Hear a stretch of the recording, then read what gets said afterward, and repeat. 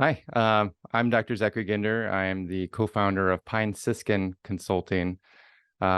We are really a boutique psychological consulting firm that works with individuals and organizations. On the individual level, we help to get people really unstuck, to identify negative thought patterns, behavioral patterns, help them put those stop signs in place, if you will, to then recognize and create greater awareness so that then they can move forward into their own success and truly thrive. On the organizational side, I have a long history of organizational turnaround, strategic planning, stress reduction, workshops, employee retention. And really, I love doing mission, vision, and values work as well. So that's something that I just really enjoy. So that's another component of Pine Siskin Consulting. Perfect. Now, your answer there just prompted me to write down two more questions. Okay, So great. we might go a little bit longer. So talk about what is burnout? Yeah, so on an individual level, the World Health Organization has classified burnout as what they call an occupational phenomenon. So it can result from an individual, and often an organization plays a big part in this, but an individual's unsuccessful management of chronic workplace stress. So there's three primary components according to the World Health Organization. So those in general are feelings of energy depletion or exhaustion, increased mental distance from one's job, or more than normal cynicism or negativism related to one's job, and then also reduction in one's sense of professional efficacy. So it's important to note that burnout is not currently classified as a medical condition or a mental health disorder, although that really may change in the future. And there are some associations, of course, between some mental health, mental well-being concerns and burnout. But in more basic, oh, I'm sorry, go ahead, Mike. No, I was just going to say so, but that also sounds like a kind of it almost mirrors depression too. It could kind of turn into that. Absolutely. Yeah. Some of the folks that I've worked with, there have been some recommendations for seeking licensed clinical help as well, just because there is oftentimes a depression or an anxiety component paired with burnout. So they're not mutually exclusive, certainly. So, but in more basic terms, so we have the World Health Organization's criteria, but really it's prolonged workplace stress that surpasses one's ability to cope with that stress. And by no means is that placing judgment or fault on the individual. It's simply that the capacity has been maxed out for that individual to cope with that workplace stress. And that can really lead to a myriad of issues, as we probably all know, physical exhaustion, detachment from work, loss of motivation, hopelessness, lack of personal agency. And really, the concerns really span a spectrum, both inside and outside of work.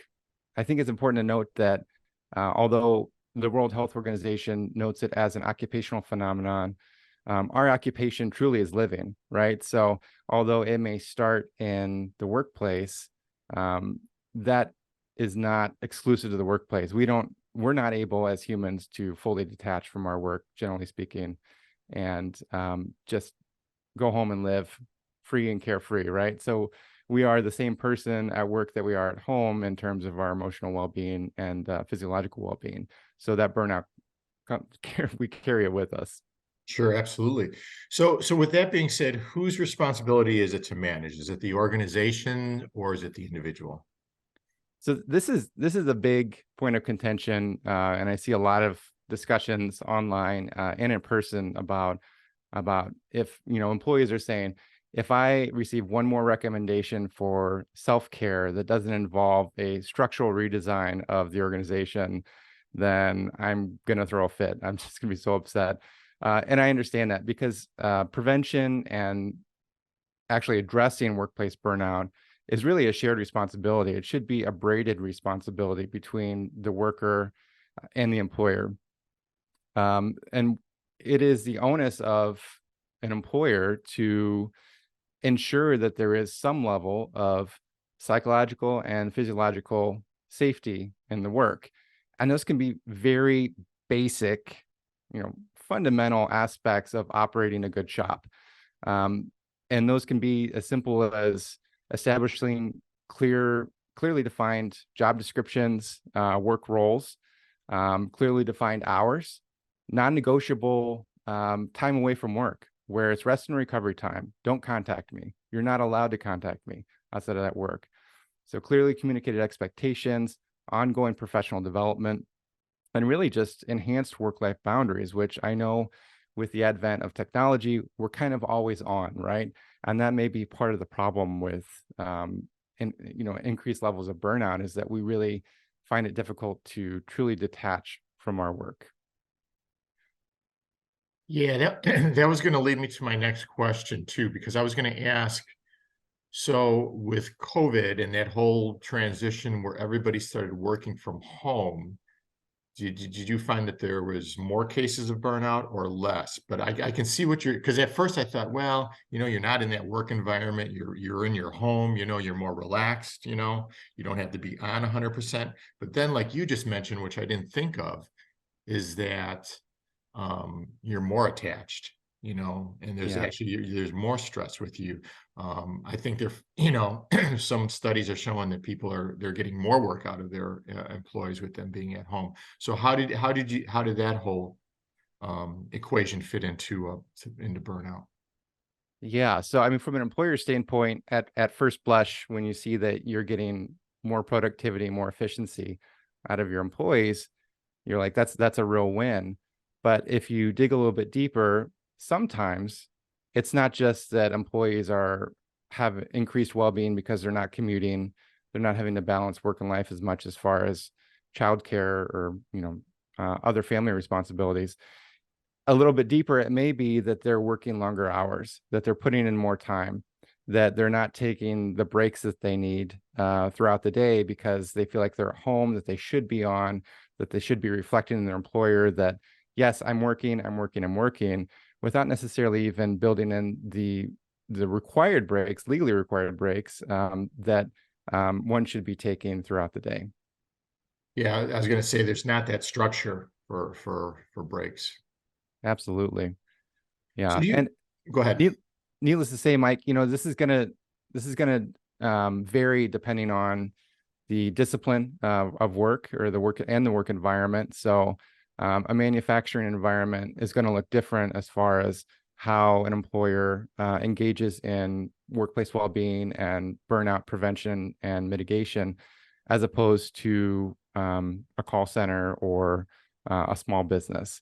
So it really does have to be kind of tailored, but again, those fundamentals are absolutely critical to establish as a baseline.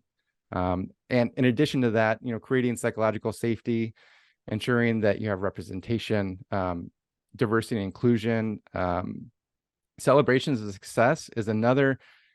That's a big one, and it's we oftentimes celebrate the big wins, but I think it's important for managers, supervisors, and for individuals to really celebrate the small wins as well, so that you can continue to build that sense of personal agency, that sense of accomplishment, which will help tamp down those feelings of burnout. Do you find, is there any specific common thread between any specific industry, or do you see a rise in any specific industry when it comes to burnout? Well, I think we've all seen the headlines about healthcare and those in healthcare and burnout during the COVID environment. As a healthcare administrator, I can certainly attest to the concerns with burnout, with retention, and all those things. And we know that as burnout increases with the workforce, there's greater concern for mistakes to happen, for attrition, of course, for tardiness, for just really running the gamut of concerns with employee behavior. when burnout is not kept in check and appropriate structures are put into place. But post-COVID, we've seen how it's played out in healthcare, which is tragic from my perspective. And it's now bleeding into other industries to a greater extent as well. So I wouldn't say at this point that it's specific to any industry, because really burnout can impact any individual and any organization. I do have one more thing to say about, so you asked about the whose responsibility it is between the employer and the employee. And I had mentioned that it really should be a braided approach where everyone comes to the table to help address burnout. So I have also seen individuals who work at top tier best practice organizations that have all the right things in place to help prevent and mitigate burnout, and employees will still burn out.